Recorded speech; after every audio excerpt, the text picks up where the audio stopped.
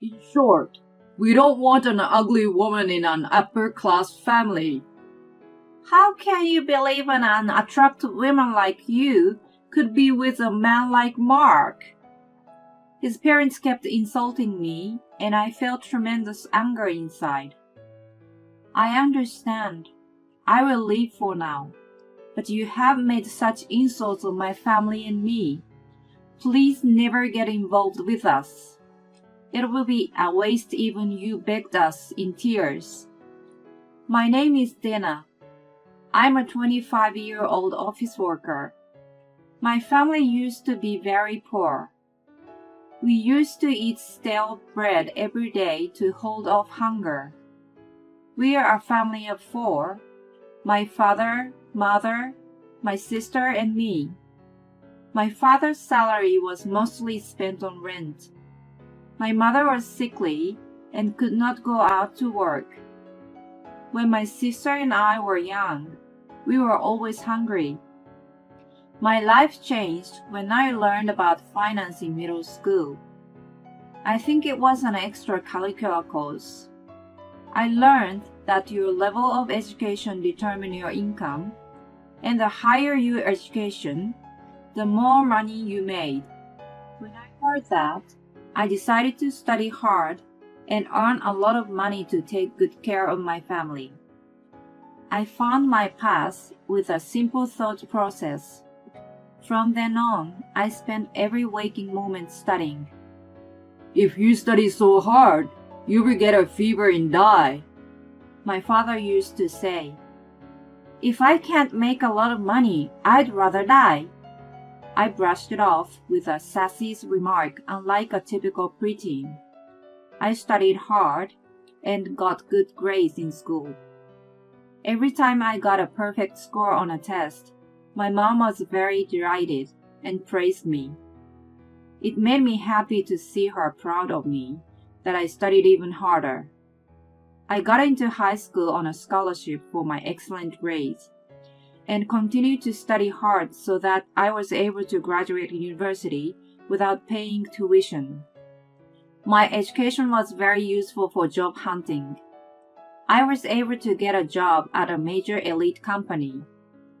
It's not the right way to describe, but the work was like a new game for someone like me who just studied all her life.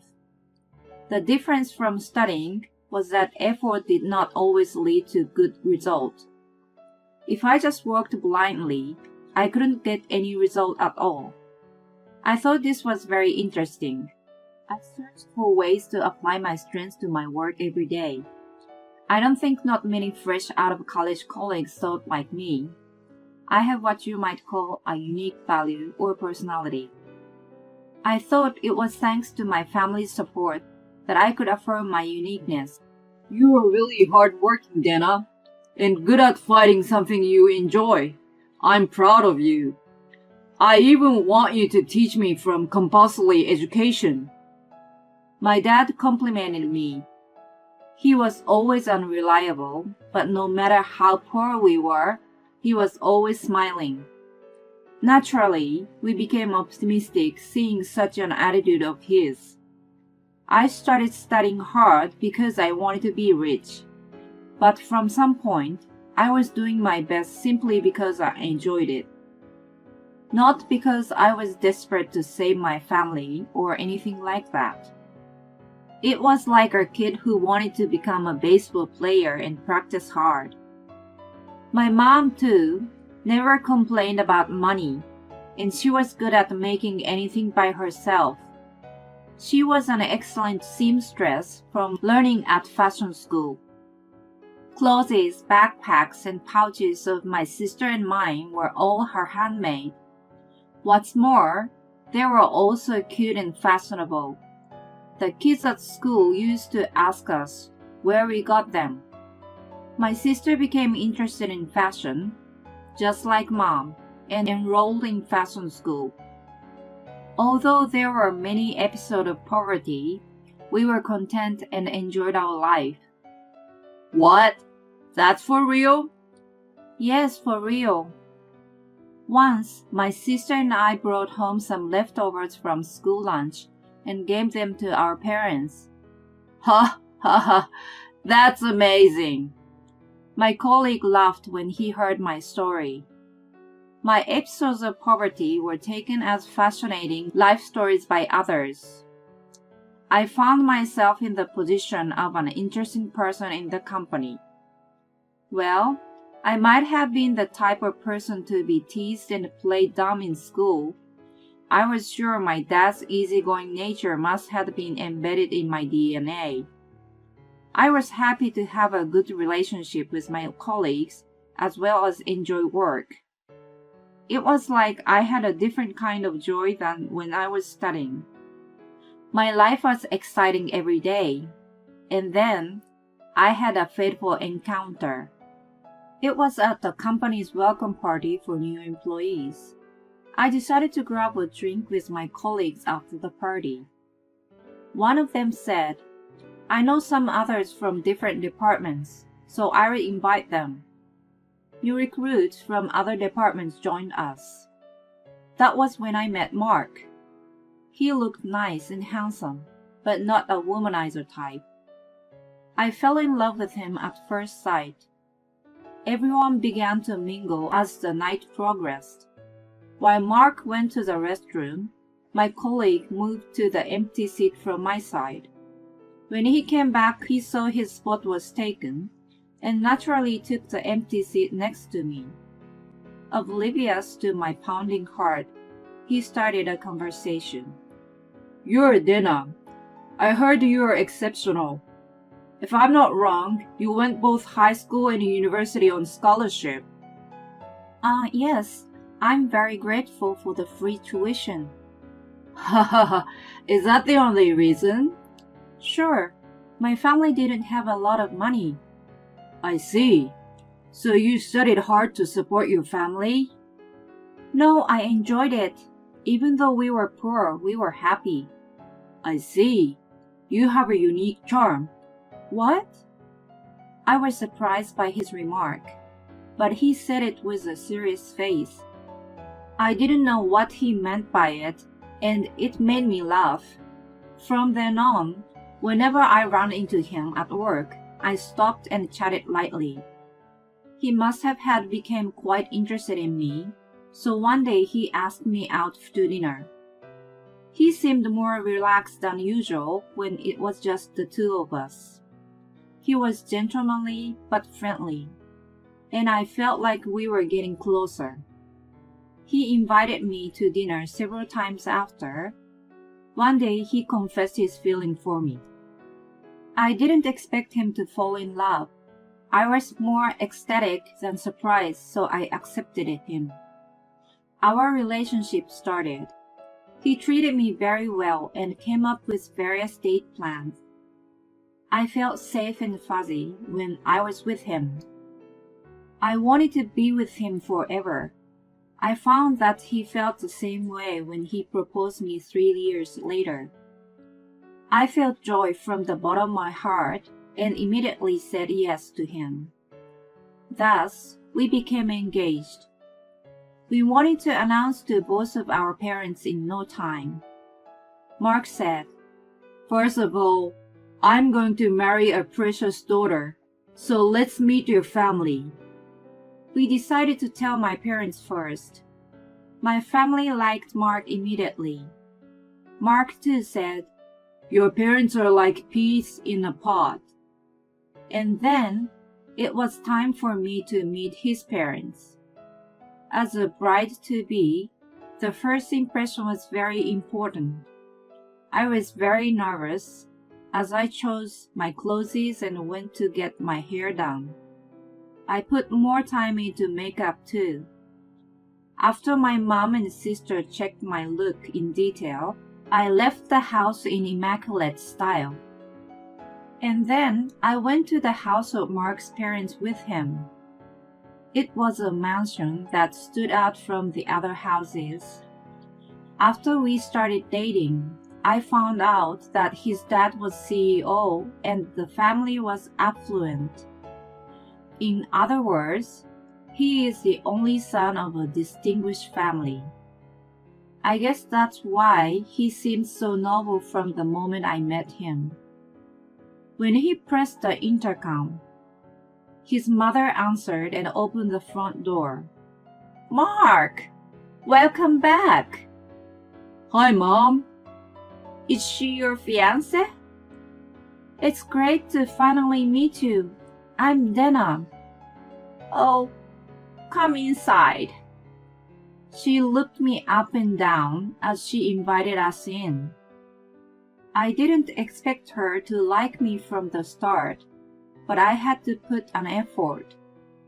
His mother led us into the huge and luxurious living room where his father was already waiting on the sofa. Well, I'm glad you're here. Please have a seat. His father politely said, but there was a certain tension in the air. It was like if he was interviewing me for a job position. I'm Mark's father, and I run a company called 5X. His company has always been on the rise and successful. His parents bragged about their status. Dana, you work for the same company as Mark, don't you? That means you must be exceptional. She is the most promising employee in the company. She was an honor student in both high school and college. I see. I was a little embarrassed to be praised by Mark. Maybe his mother was jealous and made a surprising remark. "Well, it doesn't matter how good your education is, but your face. You're a little too ugly." What? He and I were both utterly dumbfounded to hear such a remark. What are you talking about, Mom? Mark was furious, but his mother didn't care and continued. "I'm just telling you the truth. You're going to follow in your father's footsteps and become CEO in the future. So the woman next to you must look beautiful." His mother's statement made him even angrier. What in the world? It's nonsense. I love her for who she is, regardless of her looks. She's not a bad-looking woman to begin with. Apologize to her. Mark was boiling and demanded an apology. His father's pride was hurt, and he got equally angry. How dare you speak to your parents like that? Can't you understand that your mother is concerned for your own good?